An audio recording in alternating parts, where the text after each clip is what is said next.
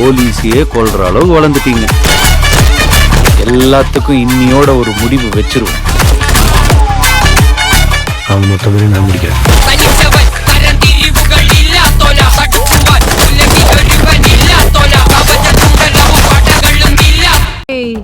நல்ல நடிகை தாண்டி நீ. உனக்கு தேவையான இடத்துல ஊழு ஊழு ஊழுன்னு மூஞ்சி செவக்க அழுவ. உடம்பு முடியல, கைய வலிக்குது, கால் வலிக்குதுன்னு அழுவ. இப்போ உன் வேலை, உன் புருஷன் வேலைன்னு வந்ததும் தெளிவா எல்லாத்தையும் பாத்துக்கிட்டு இருக்க. மகா கட்டிக்காருதான் நீ. ஏப்பா சரியா அனுப்புது?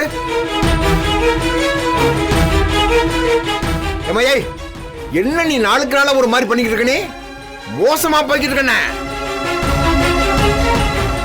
இப்ப உனக்கு என்ன பிரச்சனை சொல்லு? என்ன பிரச்சனை? நீ செய்ய மாட்ட, செஞ்சாலும் உனக்கு பிடிக்காது, மூளையில சுருண்டி எரிக்கிற உனக்கு என்ன பிரச்சனை நீ சொல்லு. எப்பா நான் இப்படி பேசி ஒரு மாசம் ஆயிருக்குமா? ஆனா 65 வருஷமா என்ன போட்டு இப்படிதானே அல்லோலப்படுத்துறீங்க. உங்க அப்பன்ல இருந்து ஆரம்பிச்சு நீ, உன் தம்பிங்க, நேத்து ஒண்ட வந்த பிடாரிங்க எல்லாம் என்ன பேச்சு பேசுதுங்க, என்ன நக்கல் அடிக்குதுங்க.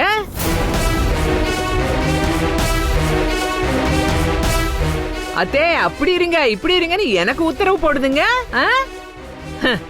அதுக்கு என்ன காரணம் தெரியுமா? நான் பொம்பளை, நீங்க எல்லாம் ஆம்பளைங்க. நீங்க சொன்னதை நாங்க கேட்கணும், அப்படிதானே? தாயா இருந்தாலும் நீங்க என்ன ஒரு பொம்பளையாதான் பாக்குறீங்க. இதெல்லாம் மாத்தி கிழிச்சிடுவோன்னே இதுங்க எல்லாம் புறப்பட்டாங்க. கொடிய நட்டுவோன்னு சொன்னாங்க, அத பண்ணிடுவோம் இத பண்ணிடுவோன்னு. ஓ ரொம்ப வேகமா போனாங்க. புஷ்ஷுன்னு காத்து போன பலூன் மாதிரி திரும்ப அடுப்படிக்கே வந்துட்டாளுங்க. ஆனா இந்த ரேணுகாவும் நந்தினியும் எவ்வளவோ பரவாயில்லப்பா.